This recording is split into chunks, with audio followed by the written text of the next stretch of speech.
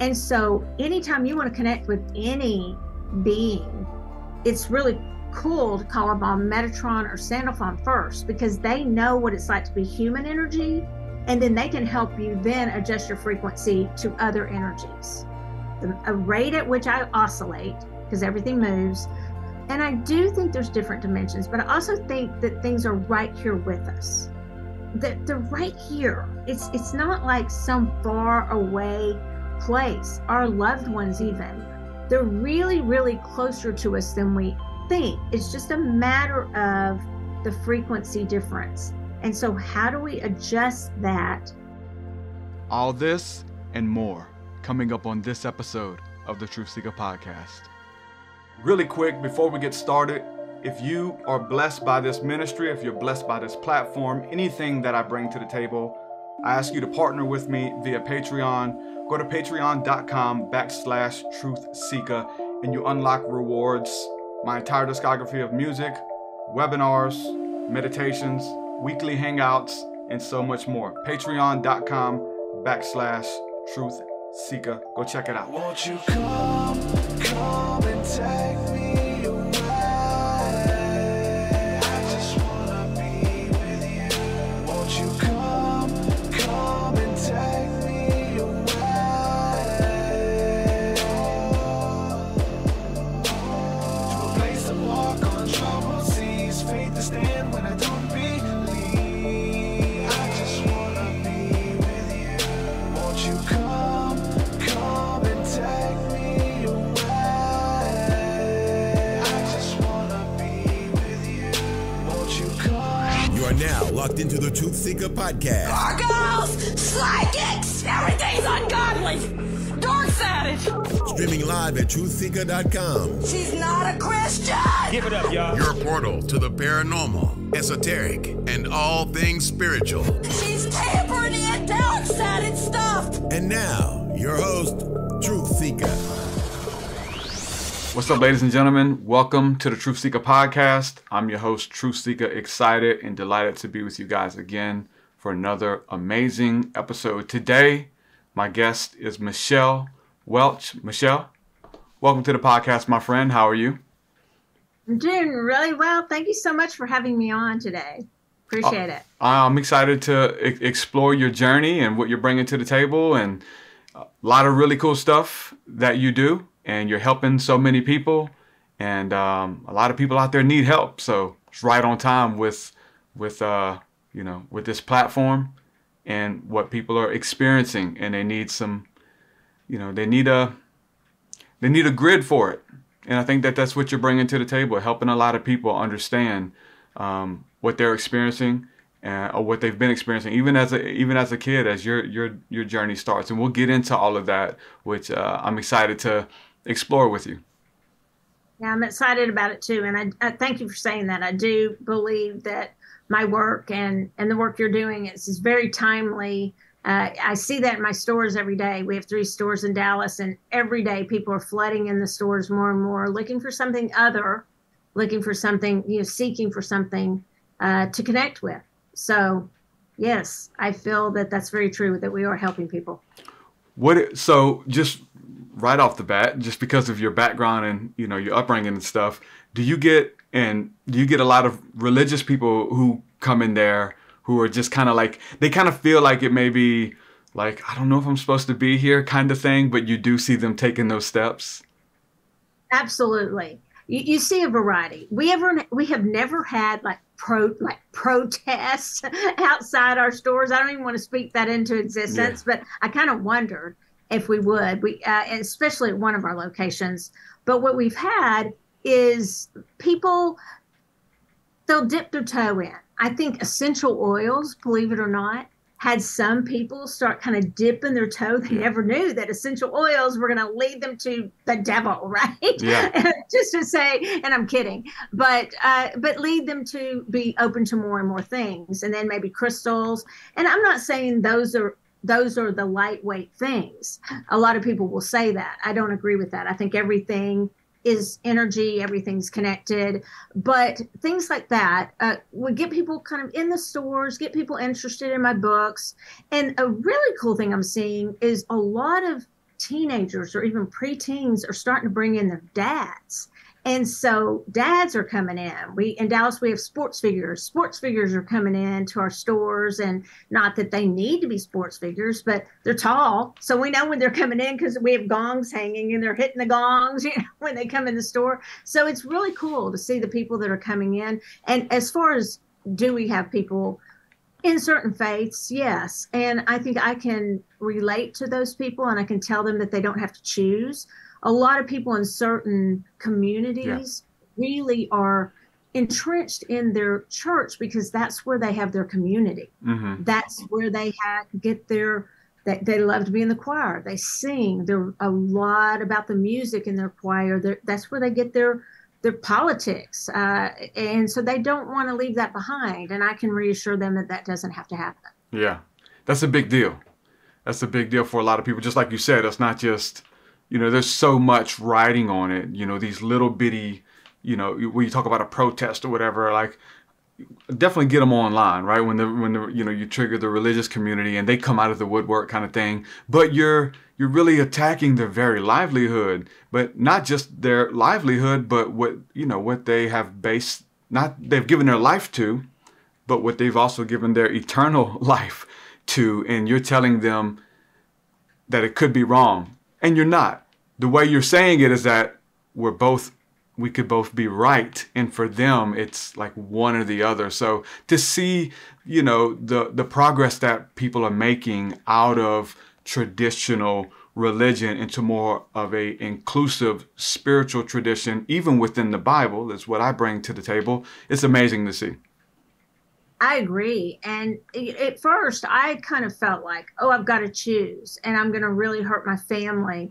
And I see things differently than they do and differently from the way I was brought up. But that doesn't mean that I have to throw everything out and I have to just choose one way. My spiritual practice is quite eclectic. And that is how it needs to be for me. And that doesn't mean, and I think that's really comforting for a lot of my clients.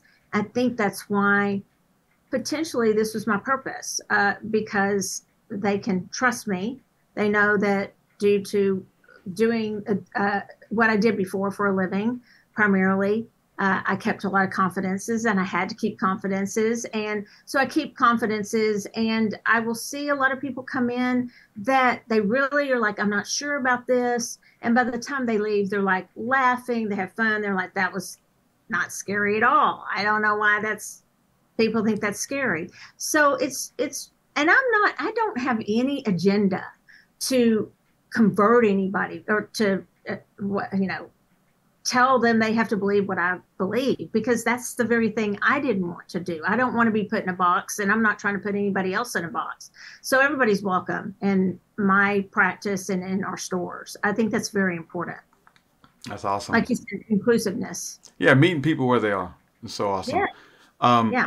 You're helping people, and as far as just being your authentic self and having to keep confidence and keep quiet on certain things, and many of those people maybe feel like they have to, and maybe they do.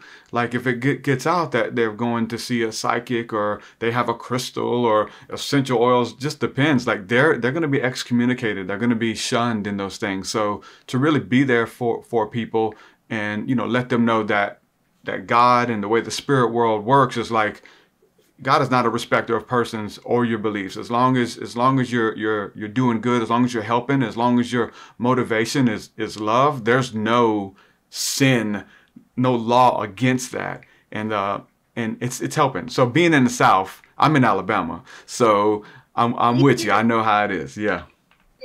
That's exactly true. It's exactly true in Texas too.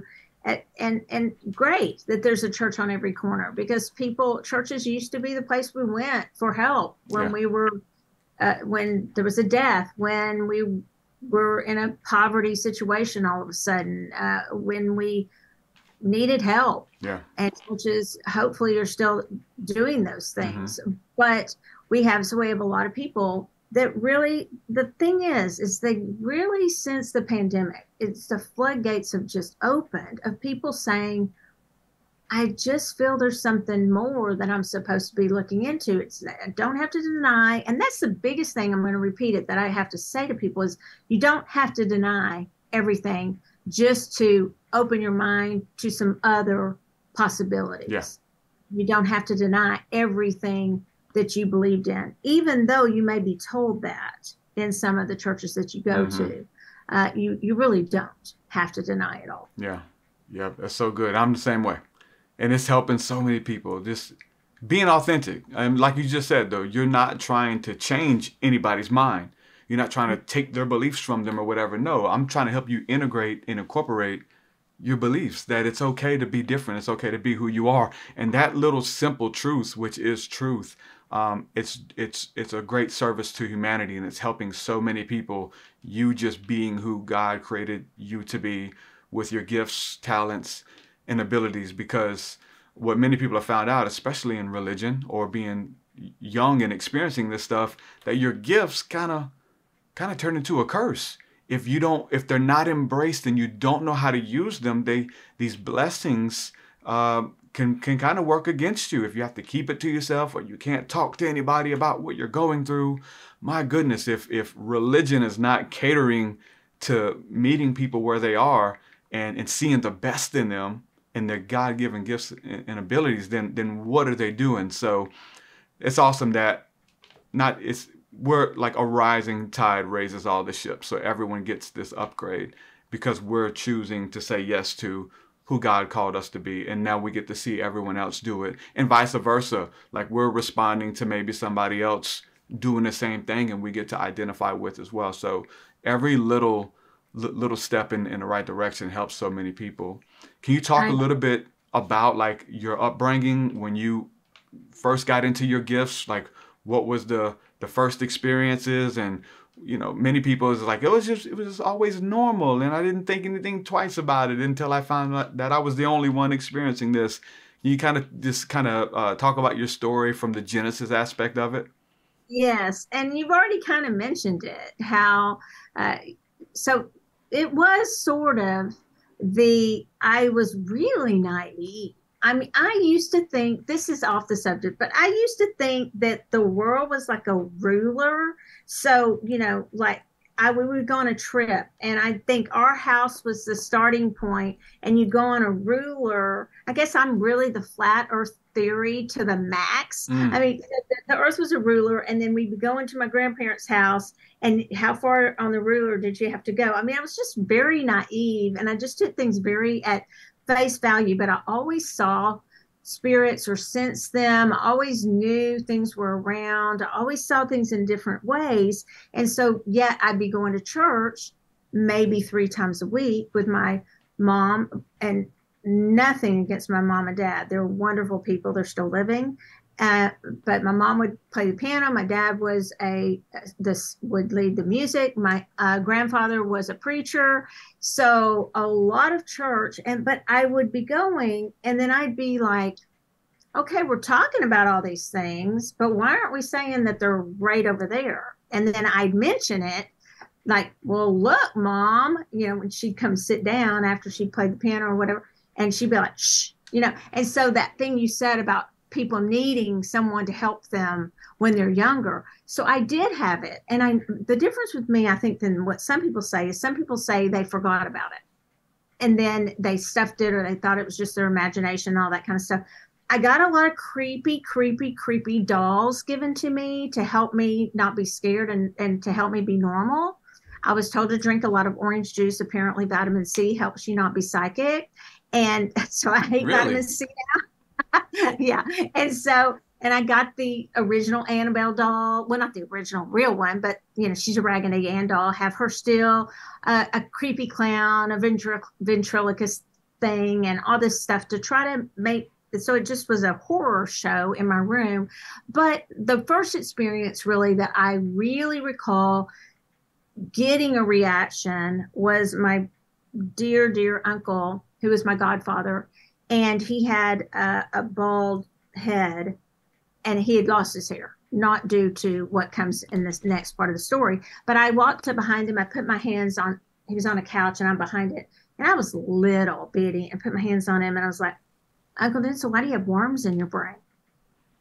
And I got sent to my room, like I always did. And it wasn't good when Michelle got sent to the room because it was like I had anger. So that poltergeist thing was kind of, I know what poltergeists are. That's just a lot of energy and a lot of anger. So I'd just be like, I don't want to be in this room.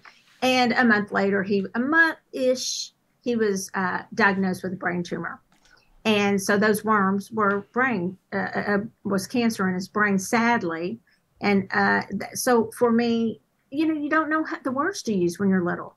And you don't know if you're not guided in it, even if you have very loving parents and you're not guided, you don't know what to do with it. And then it becomes prophecy and discernment, or let's just tell her to be quiet all the time. And so that's kind of how it happened for me. And it went on until I just kind of denied it, even though it was there. I was like, just kind of like, be quiet, psychic. Don't show anybody, because you need to. And I think that's why it was so important to me to be in my logic in my left brain, to show that I was not just right brain strange, even though now that is so accepted. It was not back then. How do they communicate now? Because it's like a lot of things run together. You hear, Jesus told me this, God told me this, the angels told me that, and I'm in that conversation with everybody. But if their voices are distinct, how do we hear them? How do we feel them? With images, impressions, a divine inner knowing. There's a lot of different ways that we can kind of navigate through that. But is there an easy way to separate how it sounds versus what they say? I mean, that's my lens, is, the information of what they're sharing. Like if it's, you hear a voice that says, kill yourself, versus you hear a voice that says, hey, I love you so much, I always have, right? Can you talk about navigating the different spirits and angels and beings whenever they're giving impressions and things? Yes. So that's kind of a lot to unpack. I mean, it's a great question. So I would say this, the most important thing I'd start with is how to know that they're communicating with you is through frequencies. And they're different frequencies, and they are at different frequencies. But if we want to go, that's the best way. And I go into that in my book. And if we want to talk about that, we can. But what I really want to hit on is what you said about the part about one that might say something negative to you. So how I know that is those are some red flags. To me, it's almost like comparing it to a cult leader or an abusive spouse, an abusive partner, whatever gender you are. If that's or non-gender, whatever we want to use. If someone says, hey, you can only listen to me. I am the only way. I'm the only one who knows anything. Don't go to any other teachers. You don't listen to Derek. Don't listen to Michelle. Just listen to me. Or if I was to say, you got to believe everything I say, then I say run.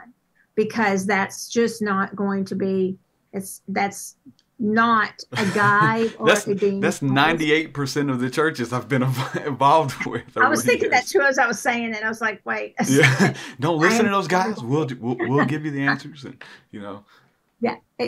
But it is, if you think about it, a guide being possessive, a guide being a spirit being that if it comes to you, like, because it kind of made me think about when you said if it's telling you to do something bad, and it's especially if it's telling you that they are possessive of you and they're jealous, that is not how guides are going to be, or spirit beings that you want to be around. Typically, I would kick those to the curb. And now, how do you know, as far as the clairs, the clairs, the clairvoyance, which is clear seeing, the clairaudience, all the clairs. Clairvoyance is very common, but it doesn't mean that you actually have to see with your physical eyes. I have a lot of people that are like, well, don't I need to see those spirit beings with my physical eyes? I do oftentimes, and quite frankly, it gets crowded. I mean, it really, I'm like, could you just stop? But I also see with my mind's eye. And I try to tell a lot of people when I do intuitive classes, which I do a lot, is that seeing with your mind's eye, your third eye, is actually more advanced. That's how we used to see. That's how we used to communicate. And then we started using our physical eyes. So the fact that someone can say, "Oh, I actually see an aura," or "I see," and everyone can see auras, by the way. That's just a physical fact. It just takes practice. But I see a ghost over there, or I see. First of all, some people will say that I see when they mean I sense. And they'll also, but if they are seeing it, don't feel like you have to see that. It's just different ways of doing it. Also, sometimes just thoughts come into your head, and that's clear cognizance. The way you know that it's clear cognizance is if somebody says, I just know how to do technology. I just get it. I just know how to do this podcast. It just comes easily to me. But if they know why they know, and they've studied it, and they know how they know that they know, that's not really claircognizance. Typically, claircognizance is you can't really explain why you know. You just know. I just know this is going to happen, and it can tie into premonitions. So I'm not sure if I'm answering your question, but how you know the difference between beings is really how they feel. Mm-hmm. And that's why I always say engage before you sage. Because, if you greet somebody at the door, if you were to knock on my door and I greeted you with just, let me spray you, sage you, put crystals all over you, and all you were doing was like, I brought you some cookies, hi, nice to meet you. So you just want to at first meet that being, see what that being wants from you, and then you can decide if you want to tangle with that being. And typically it comes with just talking to the being and just giving it at least a split second of, do I want to engage with this being? I hope that answer. Because it's I know it's all very loaded. We want these simple, do it like this kind of thing, or this is the sure given way. But the information is trying to tell you to do harm to yourself or others. Definitely run from that person, whether it's in the spirit world, a being, a God, or if it's here in the physical, a teacher, a preacher, a messiah complex, a narcissist, all of that kind of stuff, because those are still spirits that are inside of a person, inside of a body, so whether they're disembodied or in a meat suit, it's still a possessive, controlling, contriving spirit that's just there to get your energy. They're not there to give anything. They're there to take. And there are those spirits, humans, we know, and there are those types of spirits that want to, and they also just want to leech off of your energy. And at some point, you just have to say no. Some will leech off of our energy. They're called energy vampires by some. They'll leech off of your energy and not even realize it sometimes. They'll want to glob onto you just because you're a bright light, or you feel good, or they just kind of want to hitchhike around.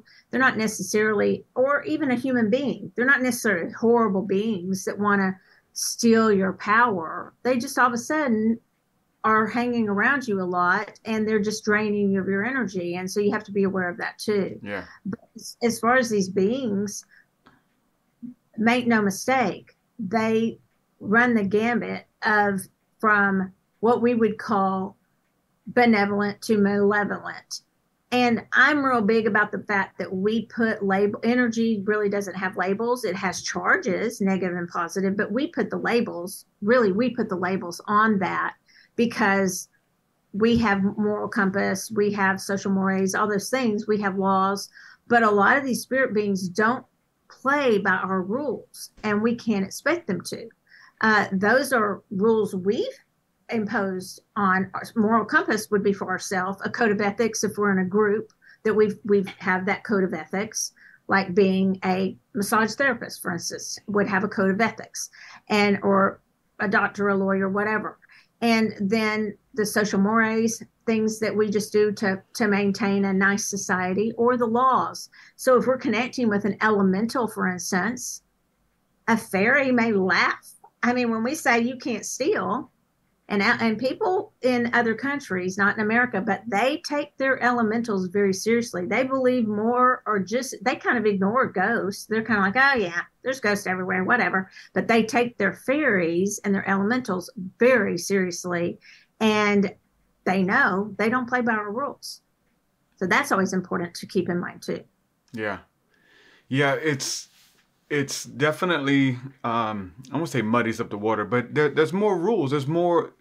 It doesn't operate the way we operate. I think that's what you're saying, and we're trying to understand that they don't have any morals, and it's okay to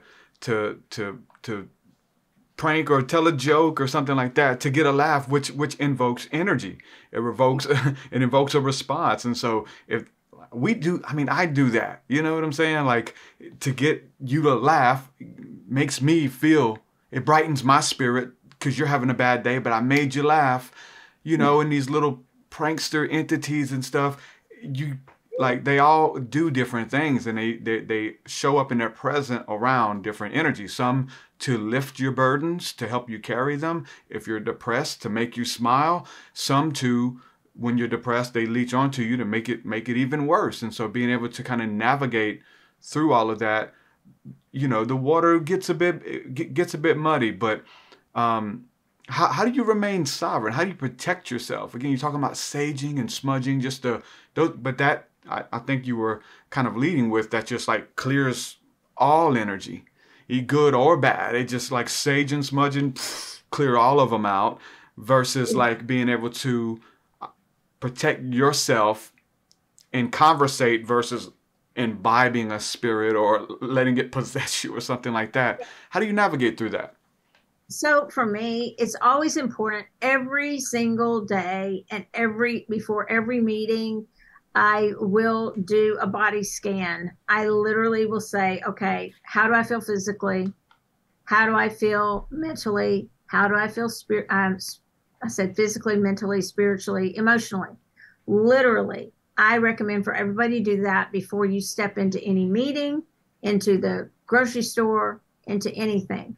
What is mine? What is my energy? I say mind your own energy. What is mine? What belongs to me?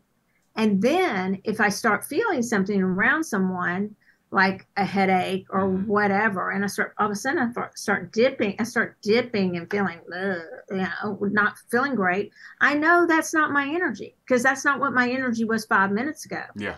So then I know. So a big part of my protection is to not just put a bubble around me, which I might, but I'll talk about that. I want to know, I need to do a body scan. I need to do a check-in first thing.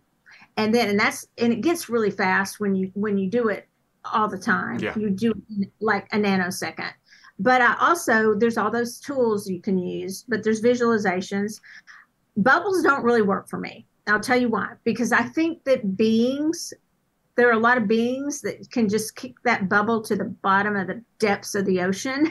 So, and for you to never be seen again. So for bubbles, that's just me. But, you know, if somebody wants to put a bubble of protection when they're around someone and they don't really want that to permeate them, that'll work. And a lot of people, I think they hear these things, but they forget to do it. And it may be those of us who are around it the most, kind of like doctors who don't do what they should do. I think it's very important to put up protection of some sort. I'm real big into crystals. I think black tourmaline's great, but my big thing is that if a black tourmaline can absorb, deflect, and transmute negativity, transmutation is actually alchemy, changing the form of energy. If it can do it, then so can we. So energy, as you know, never goes away. It just changes form. So it's interesting to watch people sage, because they'll sage and they'll open the window or the door and they'll get all the energy and they'll take it out their front door, let's say. Well, if they don't change the form of that energy and transmute that magically, alchemically, to another form, then it's just lingering at your front door. So whoever walks up to your front door, they're hit with whatever you just cleared out of your house. So anytime somebody sages, I say, make sure you're transmuting that energy. And if you're transmuting that energy, then you could actually take that energy and use it for yourself, because you're changing it into a different form. That's good. It's kind of out there, Yeah. but you're changing it into a form, because literally energy never goes away, it just changes form. Yeah. So if you can learn to do that, if somebody throws, I don't know if this is the same still, but if somebody throws, I watch RuPaul, okay, so all the time. So if somebody throws shade at you, and they do, and you know it, and you're like, I see that, but I'm going to raise you this. I don't send it back to them. What I do is I take it and I go, okay, stop right here. This takes practice. I've got my protections up, maybe my crystals, maybe my bubbles, maybe my walls, but a lot of times you end up behind walls by yourself if you put up too many walls. You're back there alone.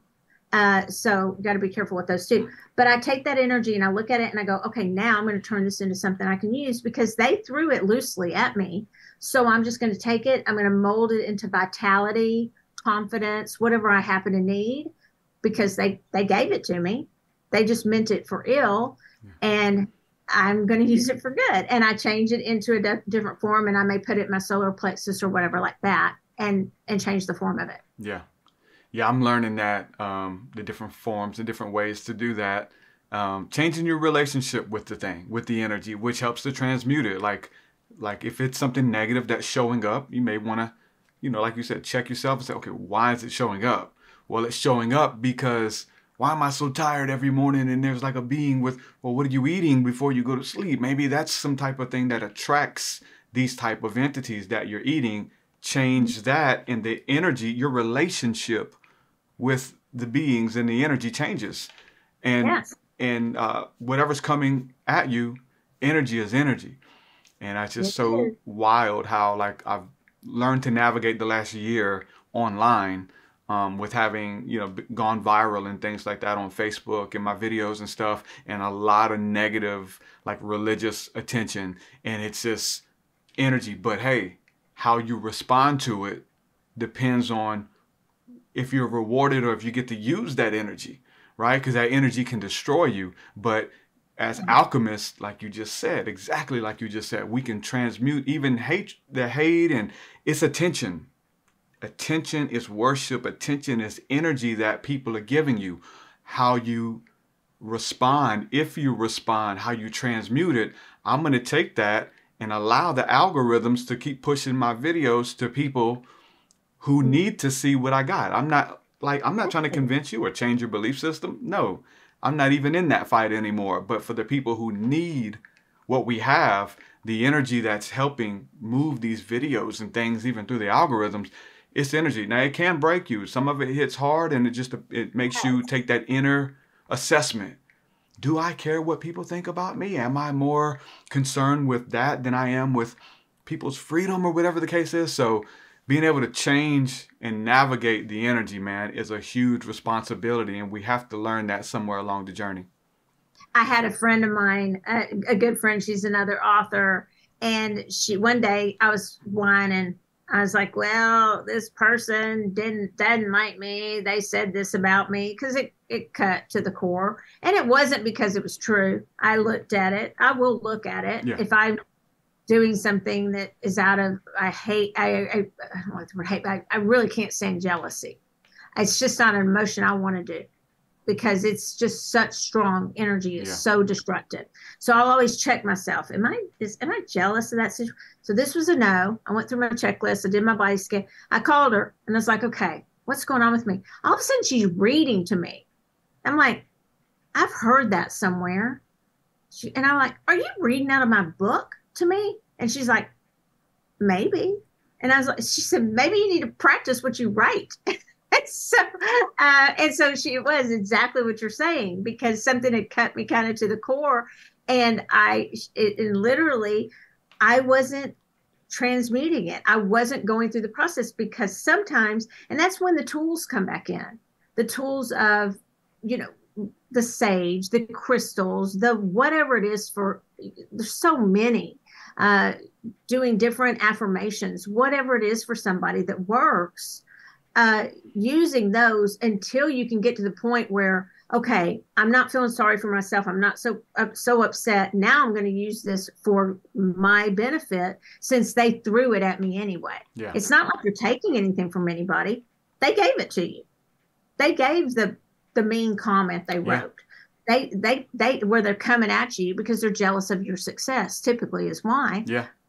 I'm sure. Yeah. And so then you just twist that. And I even tell people, give whatever was mean, give it a name, give it a color, give it a texture. It's even gross, give it a smell, and then change that. Give it the positive way. Give it a name of like vitality. Give it victory, like top of the charts, whatever, because you're doing good.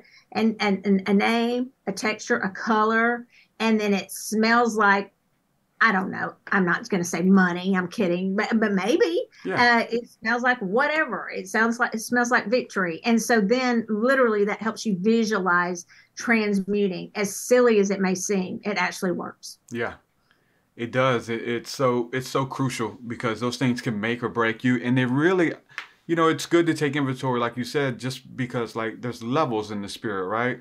There's dimensions. And so when you're being called to a higher dimension, or to rub shoulders with higher beings, you got to make sure that you have tough skin. You have to make sure that one little, joke about the way you look or the way you talk or whatever doesn't send you into some kind of spiral out of control, which maybe it used to do, and it continues to do until it doesn't. And when it doesn't, you've learned to say, hold on, wait a minute. I'm not spiraling out of control anytime somebody brings up my divorce or brings up my, whatever, my failures, or that my teeth are not perfect or my accent isn't. Okay, it's happened 17 times and it's going to happen an 18th time unless I just transmute it and become water, my friend. And, some people never learn to do that. I think, going through it a lot, repetition helps. Because you're trying to do the same thing over and over. You're responding to it is what changes it. People, you're not going to stop people. You can try to fix your teeth and fix the way you talk. And we'll say, hold on, like, I'm okay whether I don't change any of those things. That doesn't make me. The only reason you're lashing out is there's a deeper reason that you could have chose any comment. But my teeth is what else. You fix that and then they're going to come at something else. I mean, when I say I would like a piece of pie, it's going to be 4 syllables probably, and they're going to make fun of that. And that's fine. I'm a 4-syllable, 1-syllable person. So it's, and I change that and there's going to be something else. And I think that that's our growth. And for me, it definitely was, because it would be a lie if I said, I don't care what people think. Mm-hmm. That would be a lie for me. What I can do is say, okay, I see that. I acknowledge that. Now, how am I going to handle that differently than I used to handle that? Yeah. I'm not going to crumble anymore. Yeah. And I might in certain circumstances. And then somebody will read my book to me and say, come on, snap out of it, and let's get you back on the right path. What are we going to do with this? Because, and especially I think with the more success, I'll talk about you, the more success you have, it's going to come at you.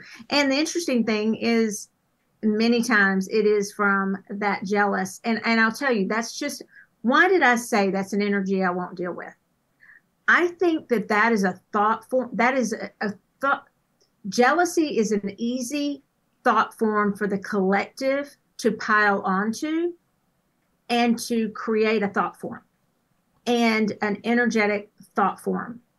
And I do talk about thought forms in my books. If thoughts create reality, then we've got to know they create all kinds of reality. If we really believe that our thoughts the collective can create something. So I'm not going to be party to, in my life at all, to jealousy. So I just say, that's just one I'm not going to do because it's really strong. Anger, I'm still working on, because sometimes I'll be like, okay, I'm really pissed off. Where are all the candles? And in the house, they'll all be hidden from me because I will light like 10 at a time, which is silly because I don't know what I'm doing. And all of a sudden there's like some entity in my house because I'm like, who knows what I've done. So everyone hides the candles. And I'm like, do y'all not know I have 3 stores full of candles? They're like, oh, you're too lazy. You won't go get them. And so, whatever, you're so mad. But learning to control those issues instead of lashing out, like you said, to respond instead of reacting like we always hear, and to then transmute it again. To me, that is where we're at right now in the world, because there's so many people just reacting. They're just reacting instead of saying, okay, I see that. I see where that person's at. I'm not going to change their mind, but I can change how I respond to the situation. Yeah. I always I take comfort in that, but it makes me feel for the person a little bit. Like, I take comfort in the fact that you're creating something that doesn't exist. Mm-hmm. Like, whether it's artwork, whether it's a book, whether you're a singer, and someone, they get the thing they bring to the table is critiquing your thing that you created. And it's like, hold on, like, why don't you go create something, or at least try, versus like just you have a ministry of critiquing other people's work. And hey, I mean, we've catered to that. Reaction channels and I call them reaction ministries that just like look at your stuff, with the religious, majority or whatever, look at it, and then they just go down a checklist of why it's wrong. So like their ministry is just to react to yours. And I'm like, man, go out there and create something beautiful, man. Show us how to do it. If we're doing it wrong, show me how to do it. And if you do and it's working, I'll follow suit. I promise you with everything in my heart I will. But you can't, and you're not. So we're all trying our best to navigate through these realms and through these experiences as a collective. I agree.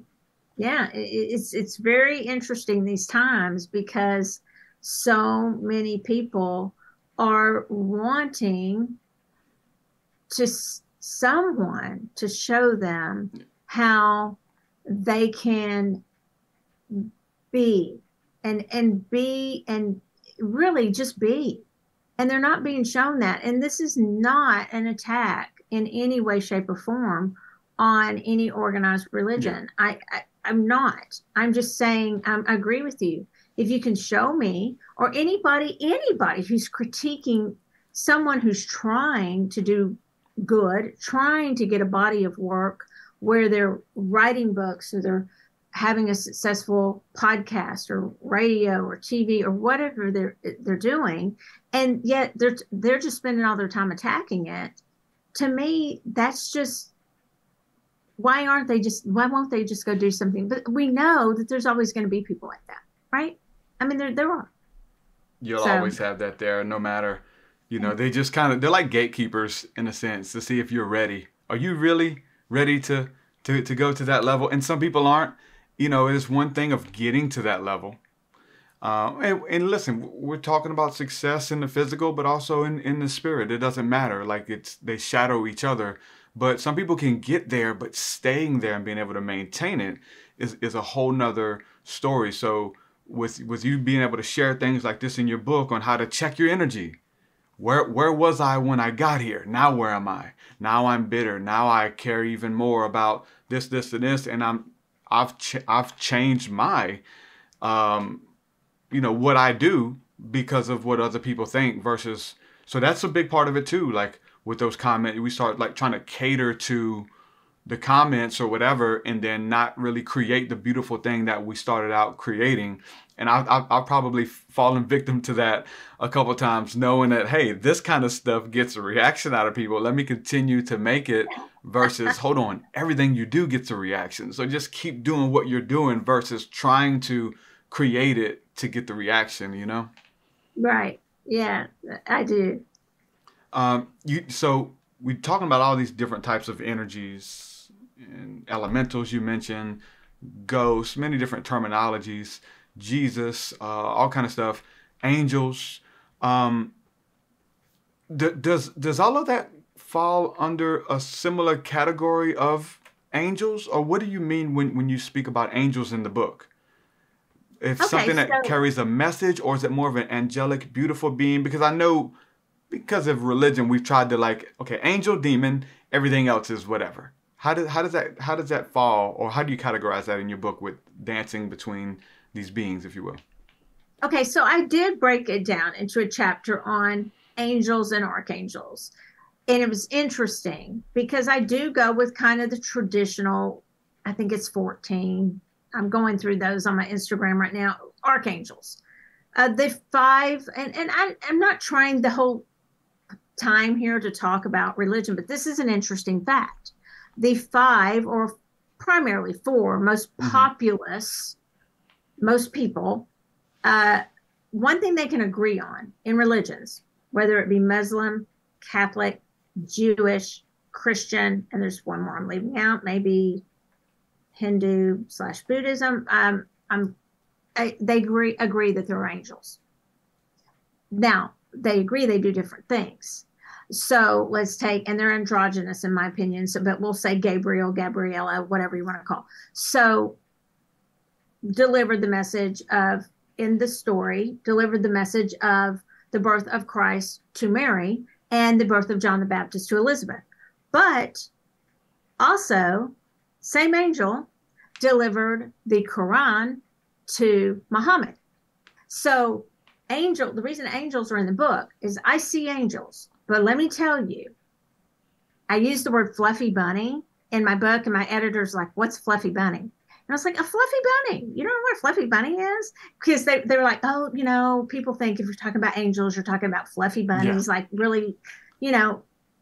Chubby babies, cherubs. No, it's just like everything's going to be good. And I'm like, no, I'm not that kind of reader or psychic at all. I'll tell you if it's going to be good, but I'll also tell you when we need to course correct or pivot, right? So they didn't know what fluffy bunnies were, so I had to change that. I think I slipped it in there somewhere because I was like, come on, you know what fluffy bunnies are. But they're not fluffy bunnies. I mean, Michael is a warrior. Michael destroys, he smites cities. So it's kind of like, what if you even believe those stories, and many people do. So as far as that, I do approach it and talk about auras. It's a good place to talk about seeing auras around people because we all have auric fields. Crystals have auric fields, plants have auric fields, any living thing has auric fields around them. So, and we can learn to see those. I see angels now, though, very differently than the way I was taught. At the beginning of the pandemic, I was for Dallas. I was driving through downtown Dallas, and I lit up one of the big, huge skyscrapers downtown. And it's just like big one outlined in green, a green kind of outline, lighting, right? Lights up at night, kind of bright green.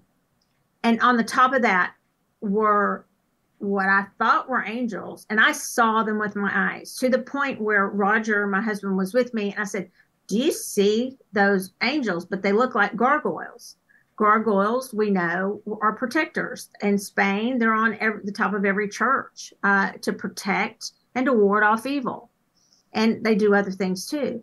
And so these angels are sort of, here goes the weird, they're morphing to me into more of a alien type. They seem a little more, they look different. They look different. Does that mean because of what my conditioned beliefs, my upbringing, or am I ready to see them in a different way? Because I think guides, beings, especially ones that they're gonna be guides to us, appear to us as we need them to appear to us. So some people might have a guide that it looks like, I don't know, Ben Affleck. Why did I think of him?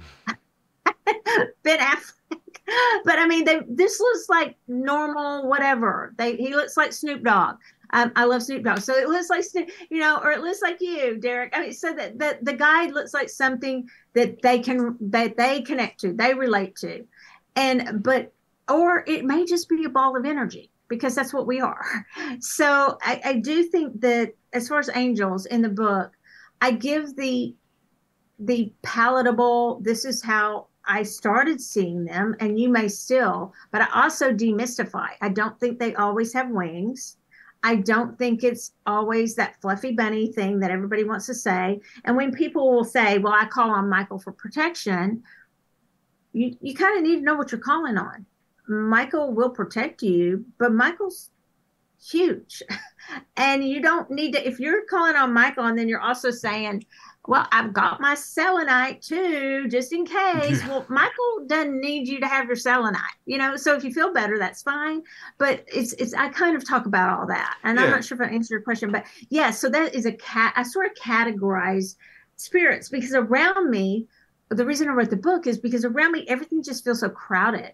I wanted people to know that you don't have to go to a haunted place. Not that angels would necessarily fall in that category of hauntings, but you don't have to go to do a ghost hunt, and I don't love that term, but go to a haunted place to see spirits or to sense spirits. They're around us literally all the time because we're just one aspect. Yeah. And then, of course, we're in parallel dimensions, which then those parallel dimensions are multiverses.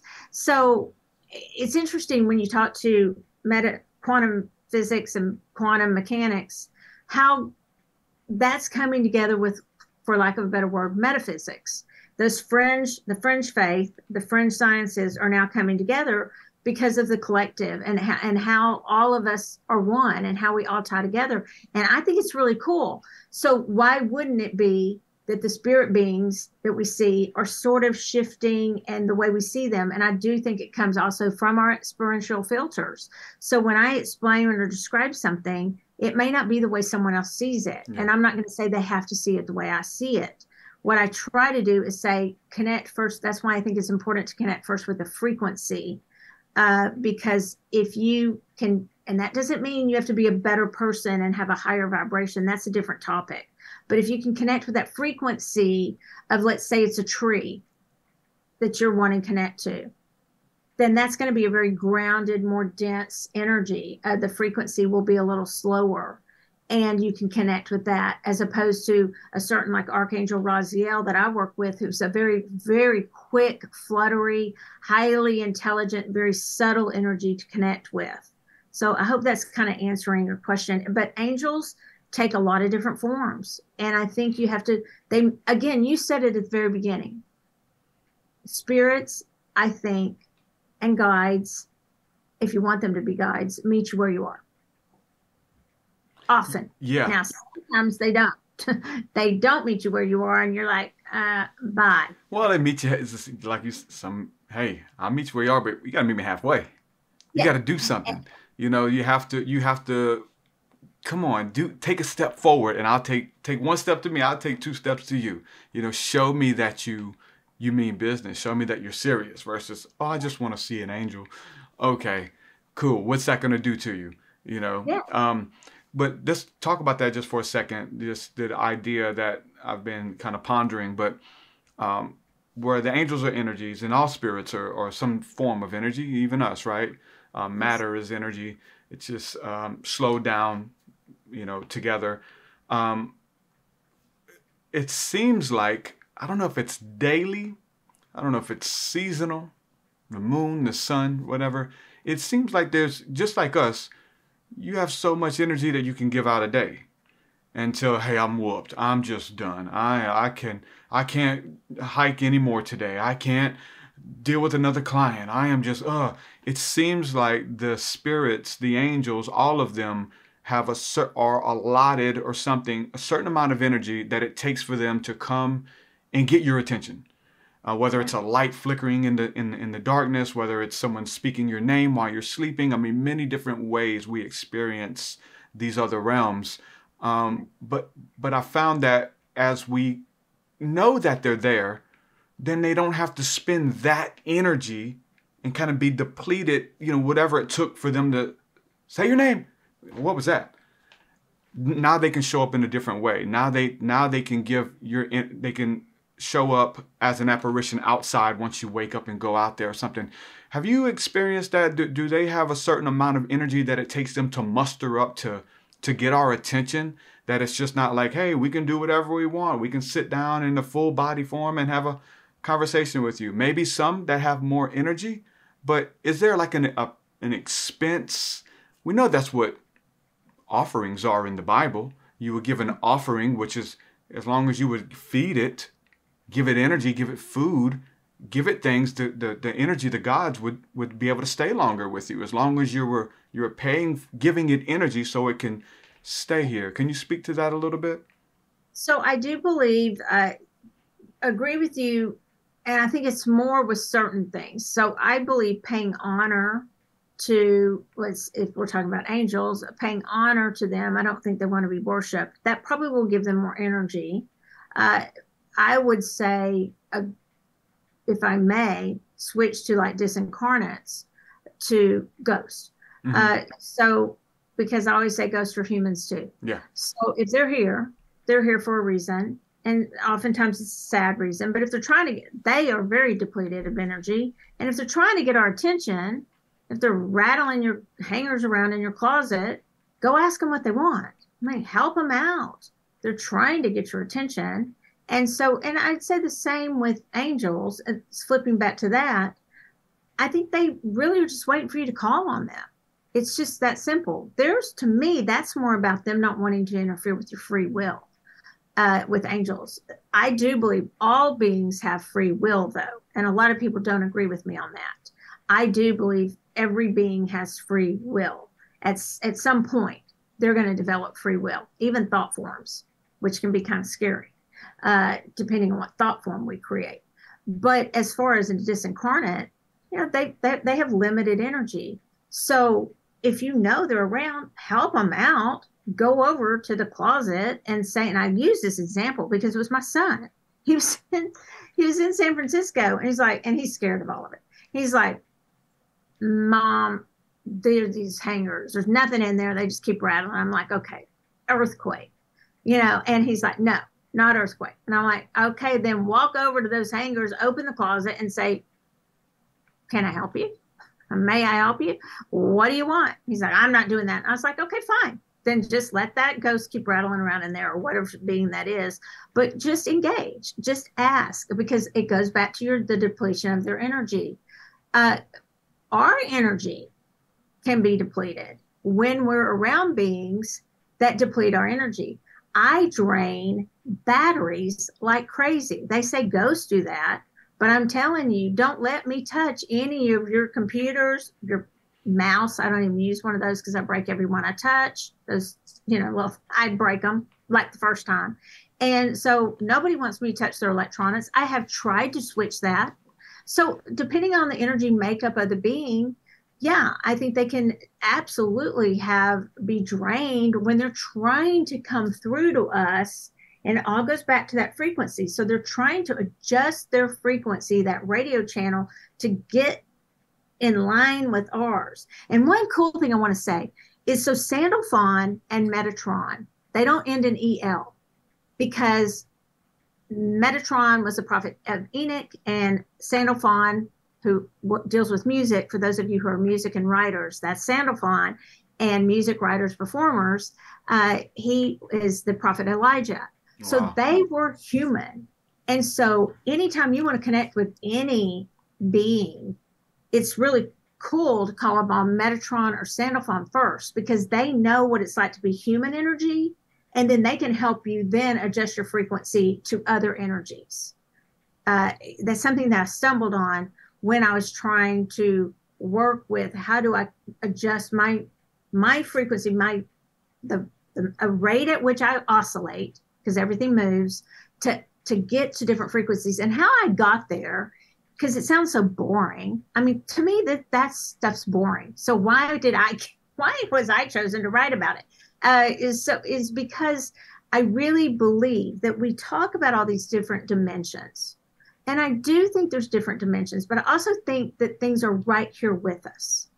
That they're right here. It's not like some far away place. Our loved ones even. Yeah. And I'm very careful to talk about that right now. I've just lost 2 loved ones, and family members have just lost 2. Our friends have lost loved ones. So I'm very careful when I do mediumship, very respectful. But they're really, really closer to us than we think. It's just a matter of the frequency difference. And so how do we adjust that so that we can, it's not that we have to figure out what dimension they're in, where they are, and all that. That's for us to do, because we're nerds when it comes to that stuff, right? We want to figure it all out, but for like the common person, you don't. That's what you're saying, right? And if you want to, great. If you don't, though, just, and in my book, Spirits Unveiled, literally my favorite exercise in there is so simple. It's one people do when they, they maybe should before they get married or when they're married or partner, live with somebody, whatever they're doing. What's your favorite song? Where would we meet if one of us was to pass? Where would we meet? It's not going to be necessarily a cemetery. What song would you play? I always joke. I'm like, mine would be, oh, our love song. I don't know, Always and Forever, some old corny song. And then Roger's like, what is it, Slim Shady or something? Really? That's what you play? He goes, yeah, you'll know it's me because that's what I'm going to play. And I'm like, okay, I need to write that down. And but to ask that, because that's how things come through to us. It's not, and they come through, everyone says it, but we don't pay attention to it. I had a friend, her mother had Alzheimer's, and I've asked if I can tell the story, just can't say the name. And she was in the late stages, and she was very distraught because she kept telling she kept telling her mom, you're going to get to see Dad. And she'd get agitated as they do. But she was kind of like, well, I'm not sure if I'm going to get to see him because he cheated a lot. So I'm not sure, where, and she was just being blunt, I'm not sure. Am I really? I'm not sure. So I finally said to my friend, I want you to take this little sheet. And I sent it to her, just made a copy, sent it from the book. Book wasn't out yet. I was like, whatever, they can get mad. I'm sending it out. And I said, I want you to go through this with her. She got lucid because there were questions like, what was y'all's song? Where would you meet? What's your favorite scent? So using all the clairs, what numbers might come up, just anything you can think of. And that's a way you can really determine ahead of time, or you can do it after someone passes and really think about how can I connect. There's really good ways that goes to those synchronicities. Yeah, that's why my mind immediately goes to when you're talking about this. And then, like, does it work both ways as far as connecting? Like, I can play the song and then I feel you. I know you're here. Or you just happen to get in a random Uber and the song comes on. Does it work both ways, you believe? Oh, I just got chills. 100%. Yeah. Yes, it does. So I guess I'll be playing Slim Shady a lot. I don't know. I'm assuming I'll be around longer. Maybe he'll be playing the old fashioned music or whatever. I listen to all kinds of music. I'm kidding. Except for Eminem, apparently. I think that's who sings that, right? So is that a song? I don't know. But yes, so you're playing the music and you're going to sense, and then you're driving down the road and it's on a billboard, or some of the signs are. I mean, the synchronicities are so cool once you start to notice them, and there's just no doubt that those are signs that a guide is around, a loved one is around, an ancestor, an angel, if that's what you want to connect with, any of those being elementals, for those in other parts of the world who put more stock in that. It's really what music is huge to me. Yeah, I think it really is, and that goes back to those frequencies, because what I found was this solfeggio. Somebody says that so much, but that's where I got made fun of. Just so you know, Derek, with my Texas accent. Solfeggio. I say solfeggio. Hey, that sounds cooler than everybody else. Yeah, and they say solfeggio or something. I don't know how I can't even say solfeggio frequencies, yeah. And so during the pandemic, I was like, okay, there's something out there, but what is it? And there's this book, and my husband jokes that I spent more on the book than I've ever made on my books, because it's like Healing During the Apocalypse or something like that. I can't remember the name of it, but it's quoted in my book. Joseph Plalo found these in 1970. He found these frequencies that had been banned by the Vatican because of their conscious opening for the mind and the heart, the conscious opening. They're not just your normal Tibetan or the singing bowls, which we have and we play all the time here. We play them a lot. It's a mathematical formula of 6 tones. And that's as smart as I can get with the math. Okay, so I can't figure out the rest of it. But there's all these tones. People you can download the app, you can get on YouTube. What I did in the book was, if there's one for like anxiety, then I added this, what worked best for me to connect to what type of spirit that it would work for. So, like, for example, I have it marked. So 111, repeating synchronicities is what most people say. Well, we would say connecting with angels. But for instance, 174 removes pain. You can use it for anesthesia. You can play that 174 frequency. There's apps for it. It's on YouTube. But I put it clears it clears karmic residue, but it also connects you with ancestors and loved ones. So I tried it, but for other people, it might work for different ways. And the thing I would say with that is when you play those notes, sometimes they can agitate you a little bit. I don't know if it's like a homeopathic thing where, when sometimes the smell, if you don't like it, that means it's good for you. Mm-hmm. I'm not sure about that yet, but if it agitates you, you can do where they have an overlay of music. Like if somebody plays music over it. Yeah. And then there's a third layer where they do like a guided meditation.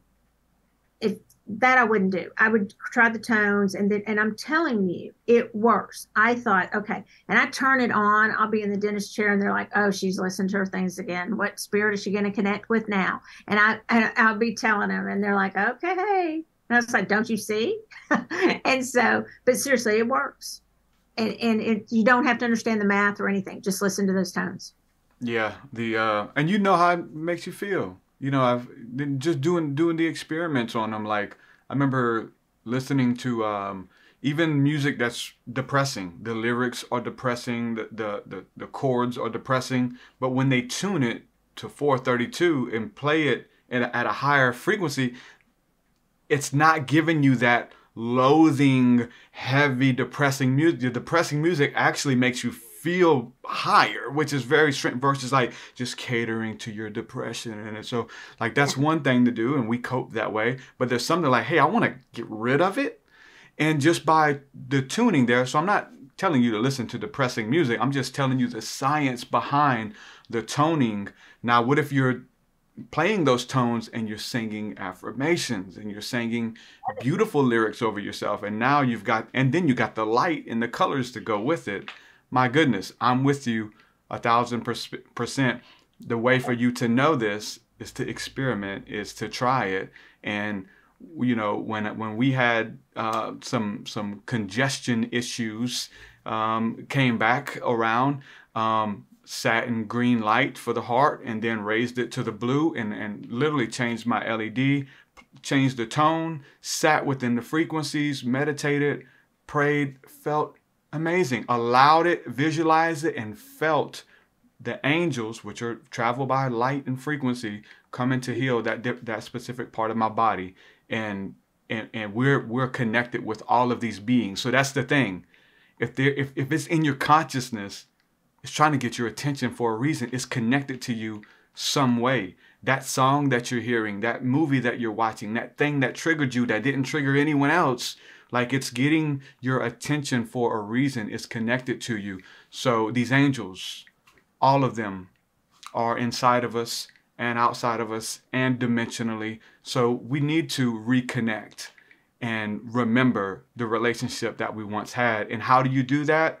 Is by experimenting. And you give these techniques in your book with the Solfeggio frequencies and with asking and then believing and all of these little practical things that make the woo-woo, which I love the woo, it's fun, but it's not woo-woo anymore. It becomes science. It becomes, I play this song, this happens. Yeah, so really, I won't play the song unless I want this energy to come in. And what was interesting is when I talked to, his name's Hakeem Olashe, and he is a quantum mechanics. I hear now he's on a cooking show, which he was really funny. But his story's fascinating. And I was talking to him and I was like, how much do you connect with what I have to say? And I mean, I've had friends I say, I agree with everything in your book, but like 3 things. And I'm like, that's it? You agree with everything but 3 things in my book? Oh, wow, that's great. I would have expected you to, let's have a healthy discussion about more than that. Because I don't expect everybody to agree with everything I have to say. And, but I said, do you agree with, this guy's smart. And I'm talking about stuff that's outside of my realm of expertise. I'm putting it in layman terms, right? My helper is and guide is Raziel, and then higher self, connected to source, right? And all that is. And he said, oh no, I agree with a lot with the collective, we're all one, how we're connected, how, the string theory, all the parallel universes, all those things, and how we can connect to all these different beings. And he was right on that. Other stuff, he's like, yeah, maybe. But we are in that space now where I think it's so important in order for us to come together as humanity and to come together with other beings to start recognizing that there are differences within us and we are going to be at different spaces and different times, but that there are ways that we can connect and we can relate. And the interesting thing is, I love that we've talked so much about music, because I do think that's one of the biggest ways we can, even though everybody's going, well, we knew that, Michelle, but how much do we really do it? And how much do we really, we have an exercise that I do here.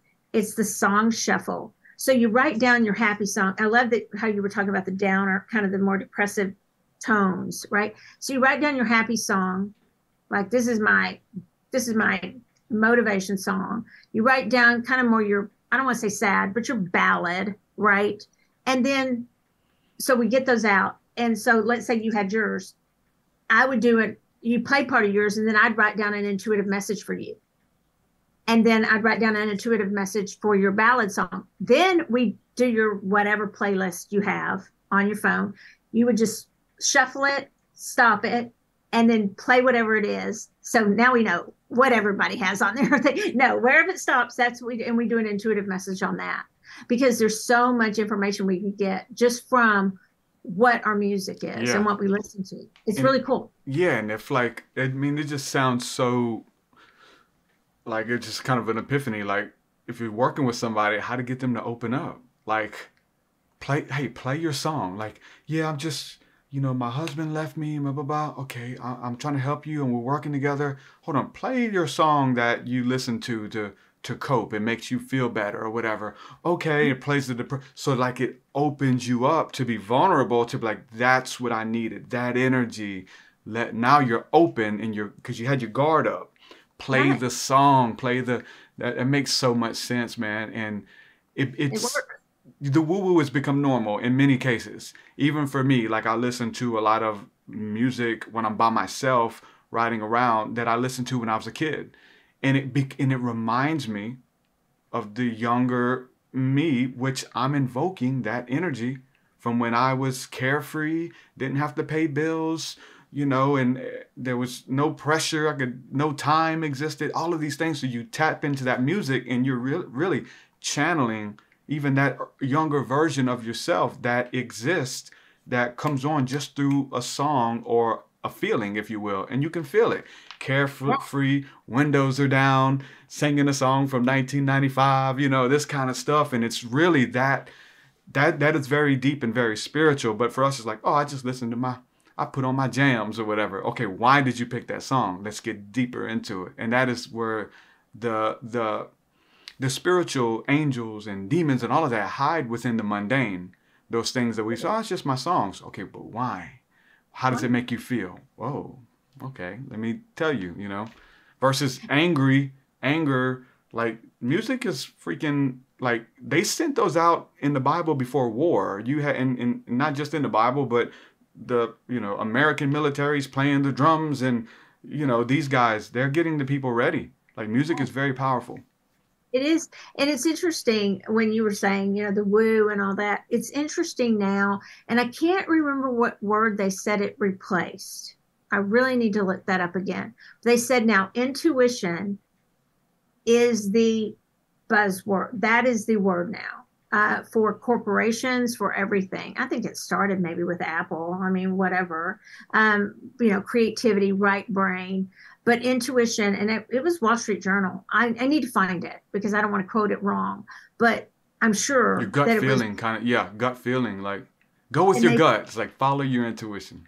They said the word intuition, and they said is the new versus. I mean, we're really coming to find out that that right brain is just as important as that logical brain, which goes back to that time in my life where I was like, oh, I have to be logical. I have to prove to people that I'm logical. I'm not just in my right brain. I'm not just in my creativity and emotions. I'm smart. I'm in my, and the funny part of it was when I was picking juries and knowing exactly who to put on the jury, I thought, oh, I'm so smart. Well, really, I was getting help. I was like, and I had somebody ask me, like, are you cheating? Just a sportscaster when they interview. So I love sports, but when sportscasters interview me, it's like they always try to catch me. And I'm like, okay, first of all, I know probably as much about sports as some of y'all. I mean, they don't think I'm going to know about it, but then they'll go, well, isn't that cheating? Like, if you know ahead of time about a jury. And I'm like, no, it's just called using your assets and using what you have at your disposal. So, no. So but it is. Intuition is kind of the new, people are realizing it's just as an important part of us as our logic. Yeah. We've been talking about so much, and I've had so much fun with you already, but we haven't even talked about your work as an attorney and work with the court systems and selecting juries and all of that kind of stuff, which is a big part of what you're known for. Can you talk a little bit about that, how that came about? Like maybe even the first experience, like, hey, there's something to this. I'm an asset. I'm not just, my woo-woo is now serving all of us in the greater good. Well, other people start to notice too, Yeah, I that's my big thing. Is I want my intuition to be, I want people to know that you can use it in daily life. Mm-hmm. So a dentist can use intuition because every single tooth is connected to an organ or a part of your body. A nerve, so yeah. As an attorney, when you are picking a jury, it was early on, I was at the DA's office in Dallas. I was rejecting, I am not psychic. I forget that. I'm not going to tell anybody about that. Is where I was at. And even though I totally was. So people would be like, come down the hall and help me pick this jury. And I would just know. I'd just say, that person doesn't like you.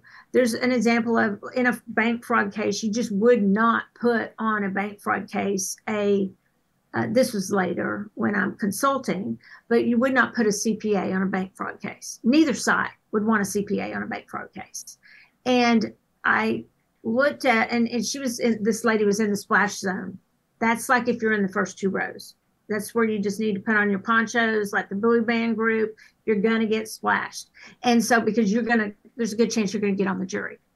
And so I would say, y'all better talk, because if you don't talk, you're for sure going to get put on the jury, and that gets people talking, and on those first two rows. So got to her, I think she was juror number 3, or voir dire panel number 3. And both the person I was working for or consulting with said, there's no way. So she's obviously, both sides are going to strike her. And I said, no, here's what you're going to do. You're going to act like you really want her. So the other side's going to use have to use one of the peremptory strikes on her. Okay, so there's certain number if you agree, they don't have to waste one of their strikes. You're going to make them waste one of their strikes on her, because we want her, because she likes you. He was very likable, and she also likes me, which is, some women don't like other women, and so they can be hard on them. And I know she likes me because I can just intuitively tell. He's like, there's no way. And I said, I'm telling you, talk them, make them believe you, whatever it is, that you really, really, really want her on the jury. So then they're going to strike her. And he did it. The trial began. She ended up being the foreman, which can be highly influential in a jury, and cases are won or lost in a jury most of the time. In the picking of a jury, voir dire. She was the foreman of the jury. She was a CPA, which is a big no-no in a bank fraud case, and we won the case. Wow. So how did I first know? I just knew. And I've known all my life, and it doesn't make me so much any better than anyone else. And when I get mediumship hits, which I have, and I talk about in the book, about a murder case, sadly, I don't like to sensationalize them, or about missing people, missing persons. I'm very careful. I have to get permissions all over the place to put them in the book. And it is in my Spirit Sunveiled book, the one about a big murder case. It was on Dateline, not about me, but about the case. And I don't want to be subpoenaed. I don't want to be that, having to be on the stand as that person. Usually that person they're in a shallow grave on the side of the road. No, that's not what I get.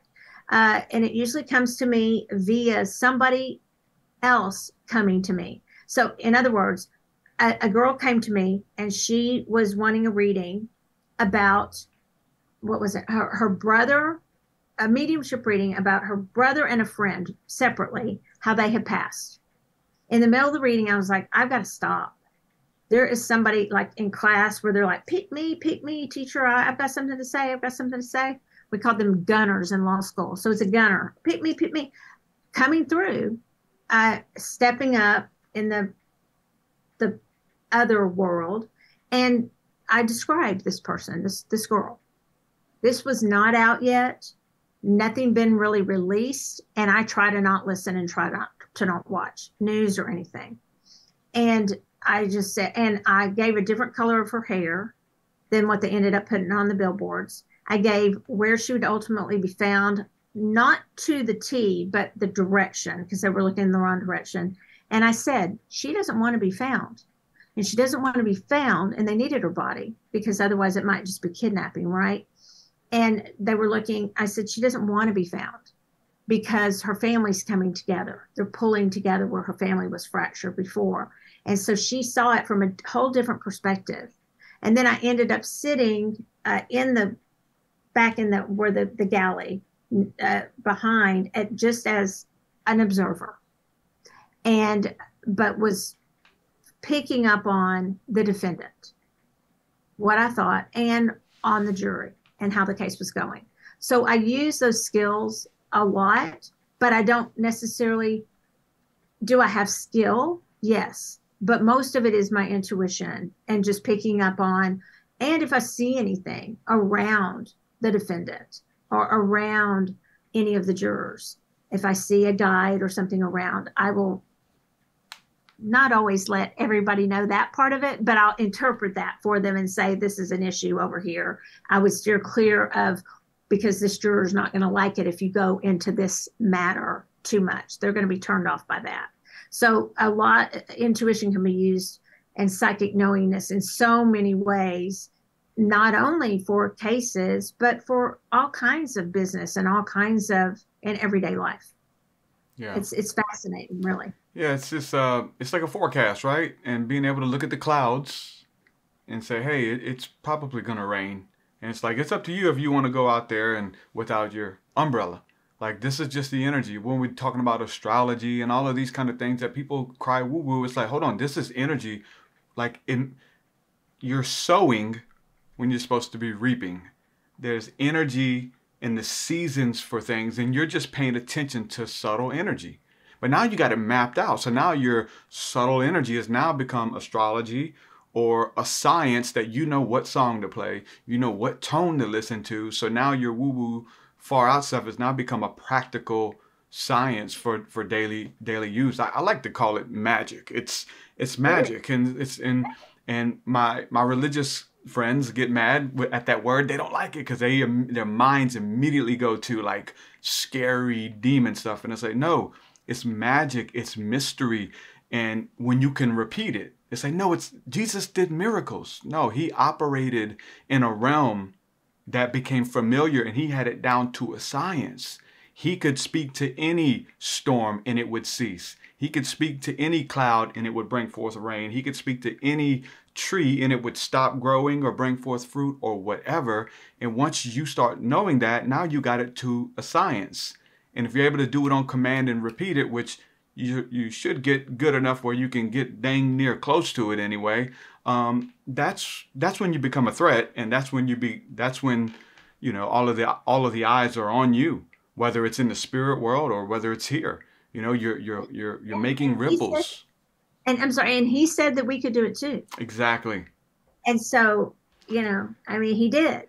So But then when you start doing it, witches. I mean, what did they, man, they persecuted the witches, man, because they didn't need your medicine. They didn't need your forgiveness. They knew that they were loved, but they knew that they were in touch with God. They didn't need you to tell them anymore. They saw through it. The thing you were selling, they even wasn't buying it anymore. So, which has been, that's why we're here. We're here to restore the magic, to restore the mystery into daily life. And it's all around us, like you've been saying this whole time. It's not like it is far out there. It isn't another dimension, but it's right here in your breath. It's around you. You get chills when you feel them near. You hear their songs. You smell their scent. Like the spirit realm is dancing with our realm 24/7. And when you start to notice that, then it becomes even more real. And then you get welcomed into the other dimensions. It's so true. And I do believe what you just said. You have so much wisdom. And I really appreciate it, because I'm just going, wow. I mean, so many, to me, so many of the things I say in my books, I mean, we're just on, it's simpatico, really. No, it's the same way. You got me with Sandalphon. Oh, she knows who Sand, and you didn't just name him as a random angel either. You tied it back to Elijah. That was beautiful. It's awesome. I love that when, and I think that's where we're going, and we're finding each other, and we know that this is what's needed. And people, what I'd like to say too is, back to the woo stuff, is even amongst people who, because we put on conferences, divination, like there's one in Dallas at the International Divination event, like May 5th through 7th. I'm really not trying to do a plug. I'm just trying to say, although it is a good event, and then we have one in Portland, I find that there seems to be schisms, like church, schisms. Oh, yeah. That word. What's that word anyway? Great song by Tool. There's divisions that took place within people of what we believe. And I think the most important thing is, I love it when we're in sync and in simpatico on certain things, because why, I mean, there's healthy debate, but why don't we find the places where we meet? Like the Dalai Lama says, start with what we can agree on. What can we agree upon? Well, we all want to be loved. We do. We all want to feel loved. And so why can't we just start there? Why do we always have to start in life with what we don't agree on? And I get it. There's some things that need to be fixed. No question about it. But, and it's sad that even saying that these days can maybe get you in a little bit of trouble. I don't care. I'm going to say it. We all want to be loved. And so I love it when the Dalai Lama came to SMU. I was in like the nosebleed sections, if you can be at SMU here in Dallas. I used to teach law school there, and my son went there, but somebody invited me, and the Dalai Lama, his aura goes out so far. Like, you could be far away from him, and he is so joyful. How you were saying, you get people to laugh because it raises the vibration. It does. So he went off stage, and I'm digressing so much, but he went off stage, and then he comes back out, and he has on the SMU baseball cap, and he sticks his face out from behind the curtains. This is the Dalai Lama. His honorable, how do you say it? The Dalai Lama is the proper way to say it. I'm sorry if you're wrong, but the Dalai Lama. And he's behind the curtains, he leaves, and then he has the hat on, and he sticks his, and he just smiles, and everybody in the thing, just, you leave, you have goosebumps. You're going, this is joy. This is someone who has joy and is saying to all of us, why can't we find joy in the little things? And I think that, and I've got on that subject because of this simpatico thing. And I think the more we connect with people, we're not going to agree on everything, but we talk about the things that can uplift us and can, like you said, meet us in the middle. there's that song, why won't you just meet me in the middle or whatever? Is that thing, it's just like meet, you lower your vibration a little bit to certain beings. I'll raise mine a little bit. I've heard that for so long, and I've never changed I kind of like to be a little bit of a contrarian to test everything. I'm not just going to repeat what everybody's always told me.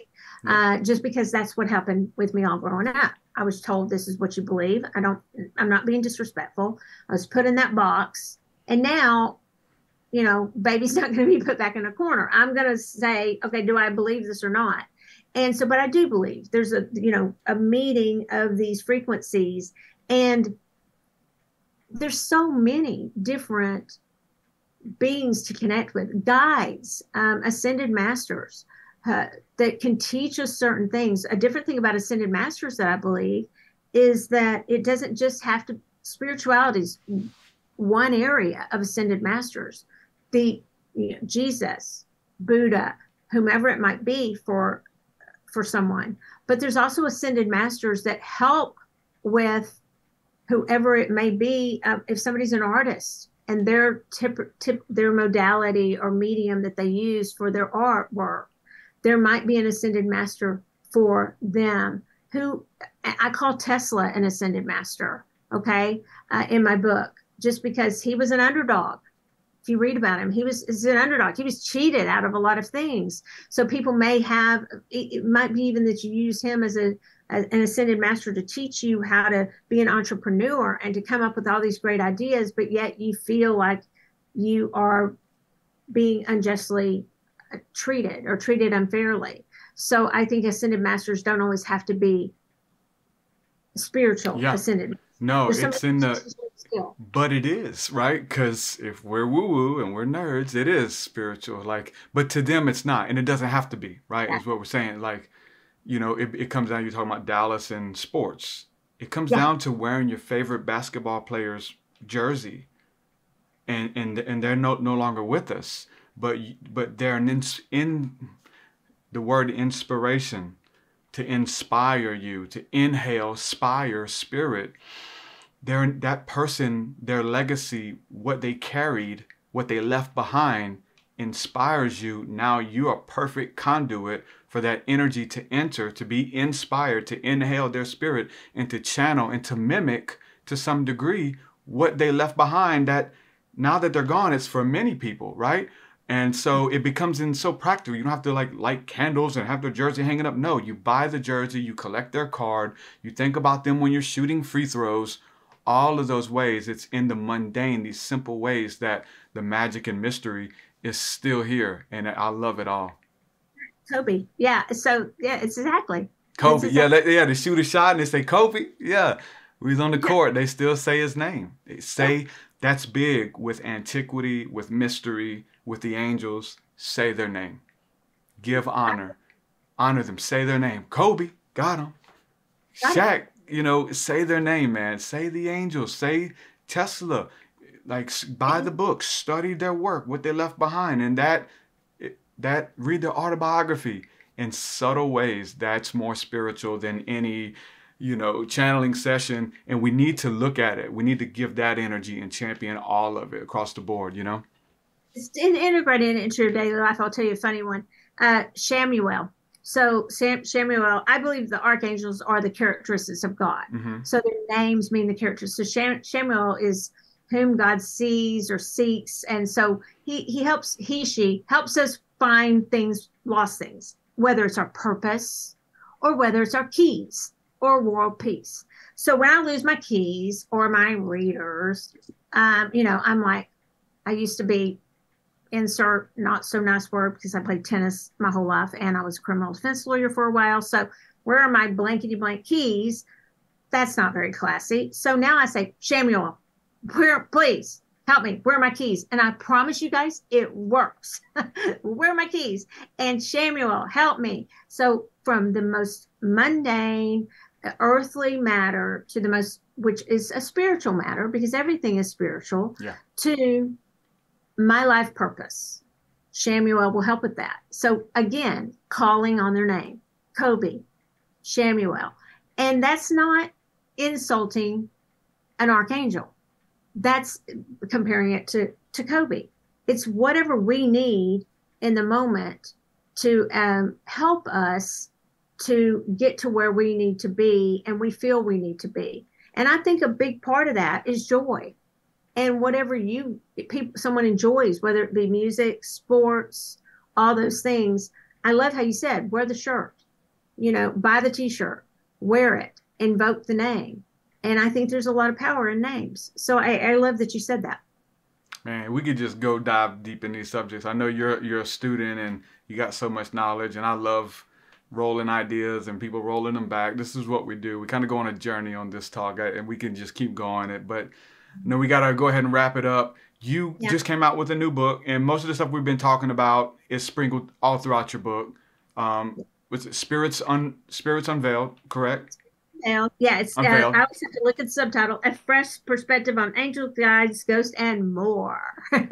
Yeah. And so, you talk about music, angels, spirits, a little bit of all of it. They can get that on your website. They can also book a private session with you. You're available for private sessions and readings and things, right?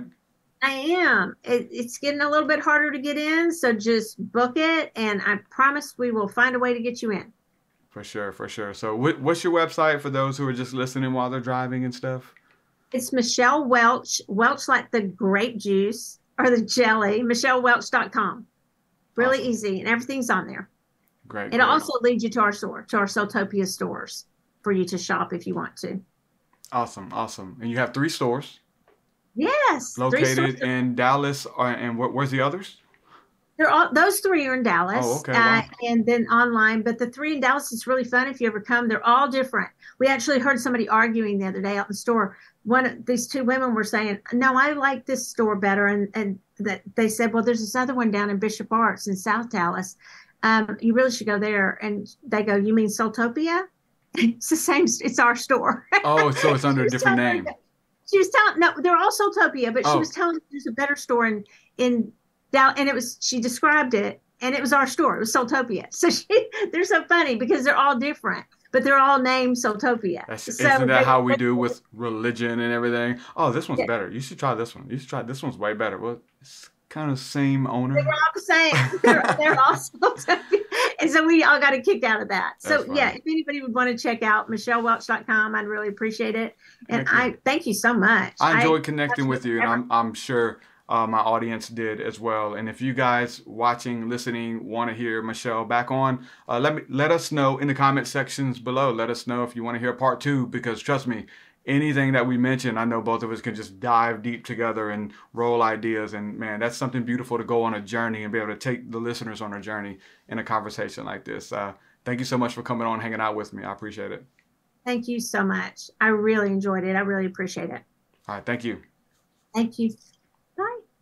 Your way so much higher than mine, so much higher than mine. Your so much deeper than mine, so much deeper than mine. Well, that does it for this episode, folks. To hear more episodes of the TruthSeekah podcast, head over to TruthSeekah.com. And if you're wanting to support the show and get rewards, go to our Patreon page at patreon.com/TruthSeekah.